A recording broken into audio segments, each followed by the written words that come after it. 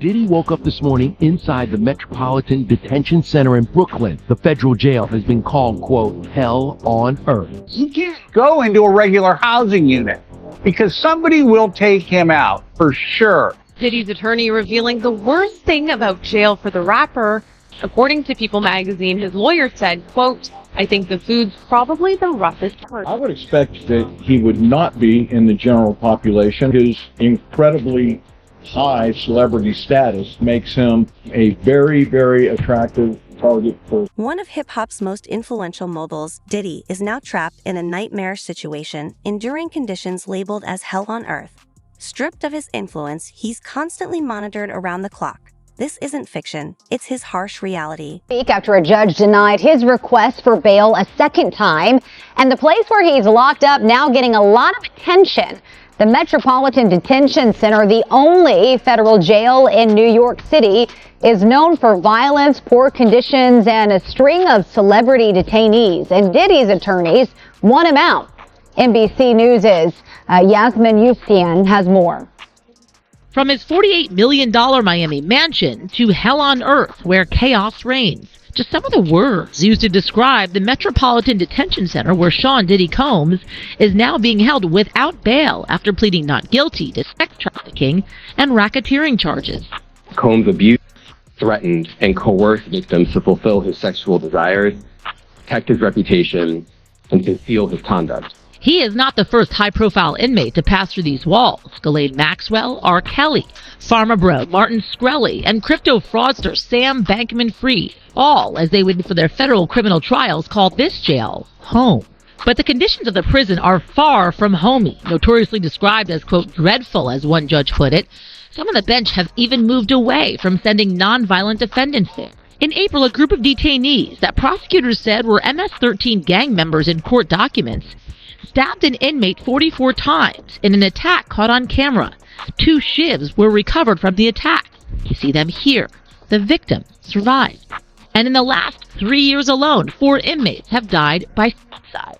And violence is not the only issue. Accusations of medical neglect, staffing shortages, smuggling of drugs, some allegedly facilitated by employees. At least 6 staff members charged with crimes in the last 5 years, according to the AP. Some accused of accepting bribes and providing contraband. I've heard clients describe NBC as hell, as the worst conditions they've been in. Lance A. Clark is a federal defense attorney who's been there many times. Now, the government is going to mandate that they are responsible for your well-being. They have to ensure the safety of your well-being. Until they get eat! In the winter of 2019, protests over a power outage left inmates without light or heat for a week in the cold. Understand how cold it must be in those cells, and not to have any electricity, any lights, and to not be able to communicate with your family is just inhumane. The prison has about 1,200 detainees and is the only federal prison in the nation's largest city. The DOJ shut down New York City's other federal jail, the Metropolitan Correctional Center, back in 2021, 2 years after Jeffrey Epstein. What happens when a celebrity accustomed to a life of luxury ends up in one of the nation's most notorious prisons? That's the harsh reality Diddy is facing right now. Leaked information exposes the grim conditions he's enduring inside Brooklyn's Metropolitan Detention Center, a facility infamous for housing high-profile figures like Jeffrey Epstein and R. Kelly, while also gaining a reputation for its brutal treatment of prisoners. Let's take a closer look at what life is like for one of hip-hop's most influential moguls behind bars. Woke up this morning inside the Metropolitan Detention Center in Brooklyn. The federal jail has been called, quote, hell on earth. Some of the shocking things that you see are the manufacturing of weapons, assaults. Inmates hid cell phones within their rectal cavity. Jails and prisons are very different from free society.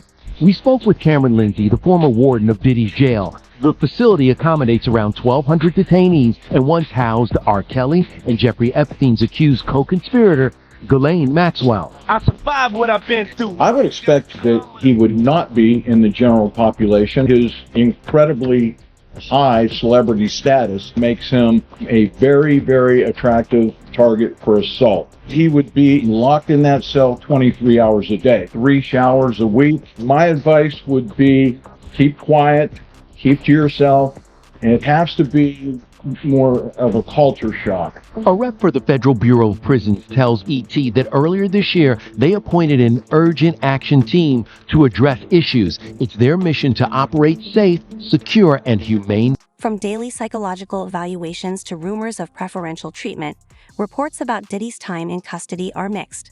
But as we examine the details more closely, one major question stands out. Is his celebrity status shielding him from the harsh realities of NDC, or is it making his situation even more difficult? Larry Levine, he is a former federal prisoner who served time at 11 institutions of various security levels in 5 different states, and he now advises people who are about to go to prison. As the founder and director of Wall Street Prison Consultants. And of course, he's a friend of the show. So breaking news right now, Larry, I am just getting word. People magazine says it's got a source on the inside that tells them that P. Diddy's on suicide watch tonight. Do your sources confer the same information? Are they saying it was possible? Hey, real quickly, all that commissary stuff, he's not getting any of that because people in the SHU have an abbreviated list. So he's out of luck. No stake for him. Yeah, he is on suicide watch. This guy thought he would have went home. All of a sudden, he didn't get bond. Remember, the first night that he was there, he was like an overnight guest. When they told his bond hearing, now they checked him into the system, and reality has hit him. And I understand that he has a shrink coming by his cell to see him several times a day.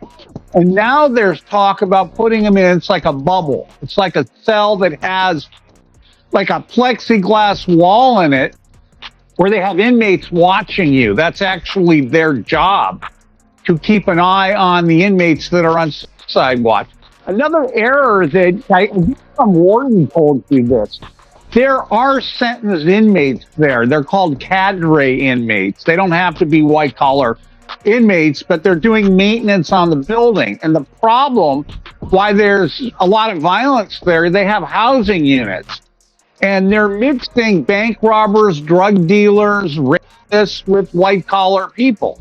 And this is why Diddy, he can't go into a regular housing unit because somebody will take him out for sure. Somebody's gonna get a lot of street credibility out of this. People that are doing substantial time that know they're never getting out, they'll just kill a guy. As the world watches Diddy's high-profile case unfold, insider leaks are offering a glimpse into his life behind bars. Crisis consultant Larry Levin recently disclosed that a psychological team is reportedly checking in with Diddy several times a day. Although he's not on suicide watch, these regular visits are designed to assess how he's coping with prison life. While this might seem like support, it also underscores the severity of life at NDC and the extreme measures needed to endure such harsh conditions. Director and founder of Wall Street Prison Consultants, Larry Levine, joins me now. Larry, welcome to the show. Thanks for being with me. Glad to be with you. So this jail's conditions, have been described as dirty, notorious for mice, maggots, inmate violence, power outages. You spent 10 years in 11 different facilities, so you know what life is like for him right now. Take us behind the scenes. I was also at MDC Los Angeles. It's like a cookie cutter of the MDC in New York. So yeah, I do know. But he's sitting in the SHU. He's in the hole. And this guy is going through loneliness, anxiety, desperation. He's on suicide watch, and they hand out like psych meds, like they're M&Ms to these inmates to try to get them to cope with what's going on. So his entire existence is to sit in this little cell, essentially. He can shower 3 times a week. He's not getting any real visits. If his lawyer does a legal visit, they have to come upstairs into the special housing unit to see him. Now, have you seen these reports about all these commissary items they say that he could buy? Any of those? What was one of them? Steak or something? Ribeye, steak, yeah. All kinds of nonsense. He's in the SHU, people. He's in a special housing unit. He cannot buy things off the regular. In Diddy's case, the Metropolitan Detention Center, MDC, in Brooklyn is a name typically associated with high-profile criminal cases gone awry. His cell isn't just a space, it's a bleak, desolate existence within walls that have held notorious prisoners and concealed darker truths. In sharp contrast to the luxurious life he's used to, MDC is known for its atmosphere of relentless tragedy. As one judge aptly described it, it's a place where violence and despair appear to flourish. If he makes it to GP, general population, someone's going to stick a knife in him. They're going to put some bars of soap in a socket. Boom. They're going to pop him over the head and split his head open like a watermelon. They cannot GP him at all. There's a better chance of Jesus appearing in front of us right now than him making general population. He's safe where he is at. There's no reason to move him. And this nonsense about him getting bail, they're never going to give him bail. He wants to go to Essex County, New Jersey, to go to a cushy jail there. Remember, he's not a federal inmate. He's a U.S. Marshal detainee. So they just house him at MDC. And in order to send him to Jersey, they would have to transport him back and forth several times a week with like 6 marshals. They put him in one car, and there'd be a car behind him and a car in front of him. They're not going to do that. So his life essentially at this point is just screwed. And I don't see him ever getting out. And remember, he's fighting. Which houses approximately 1,200 people, mostly those who are arrested and those who are awaiting trial, as well as those serving short sentences. This is a facility that has been plagued with issues.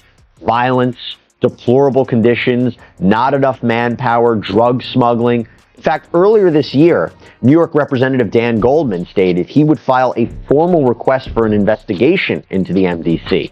He released a statement saying, quote, "Over the last 2 years, there have been steady reports of deteriorating conditions at MDC harming inmates and correctional officers alike, including chronic understaffing, perpetual solitary confinement, and widespread violence." And then he said how a federal judge earlier this year cited the prison system's dreadful conditions as a reason not to remand a defendant to MDC. He said, quote, "Earlier this year, I toured MDC with the warden and executives from the Bureau of Prisons, all of whom acknowledged the improvements needed at the facility. Unfortunately, conditions have only gotten." Today we learned a local family had to make the tough decision to take a loved one off life support. The incident that ultimately killed that man happened while he was an inmate at the Metropolitan Detention Center.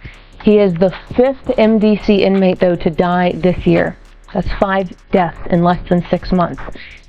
This year, 5 people have died while they were inmates at the Metro Detention Center. It's sad to say that it's not surprising. Albuquerque attorney Matt Coit, who's brought many lawsuits against MDC over 2 decades, says there are 2 long-running problems. One is inmates not getting the medical care they need. Just think of all the people who didn't die, who didn't get medical care, who are released and their conditions have been exacerbated or unattended. And Coit believes the correctional officers in charge of keeping everyone safe are often too violent. The second distinct problem has been a culture of violence within the custodial staff. Think of all of the people who suffer at the hands of a violent custodial staff on a daily or weekly basis. In our research, many deaths over the last few years have been suicides, and many allegedly involve people who are going through drug withdrawal. Coit says every jail should be prepared to help inmates suffering from prisoners being put into segregation at the Bernalillo County Jail, but we've never gotten to see what that looks like until tonight. Action 7 News reporter Regina Reese takes us on an exclusive tour and shows us where a man accused of shooting a cop is being held. So Regina, this is the segregation intake 4 unit. This is where you house all inmates that are administrative segregation with a high classification. Behind the doors of maximum classification segregation at the Metropolitan Detention Center. Maximum security for the inmates who are put in there.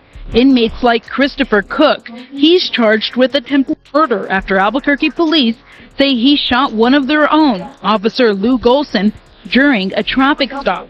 There's 4 tiers to a pod in the maximum unit, in the cage area.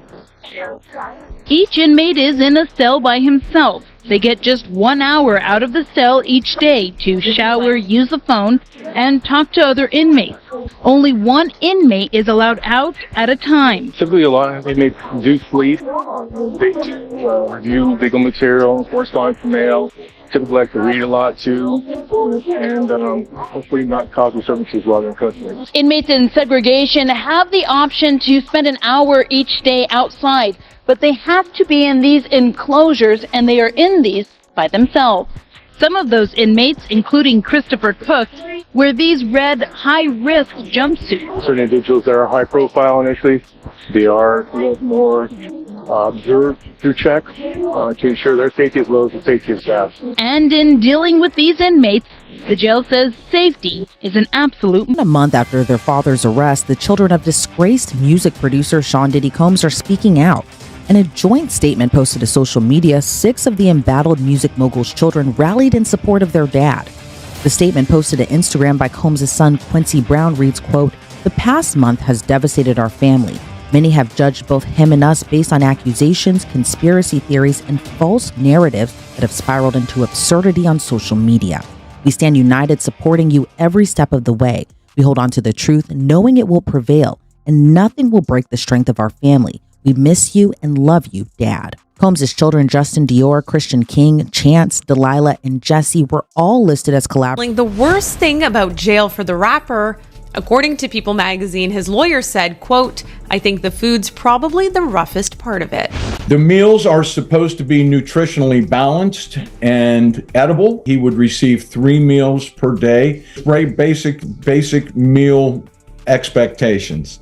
Diddy's new diet going on more than 3 weeks behind bars. The New York Post reports he was served Swedish meatballs after pleading not guilty to his charges of and racketeering. He will have his meals delivered to him. He would not go to a dining hall in a high-rise like the MDC Brooklyn. The correctional officer on the unit delivers them to the detainee or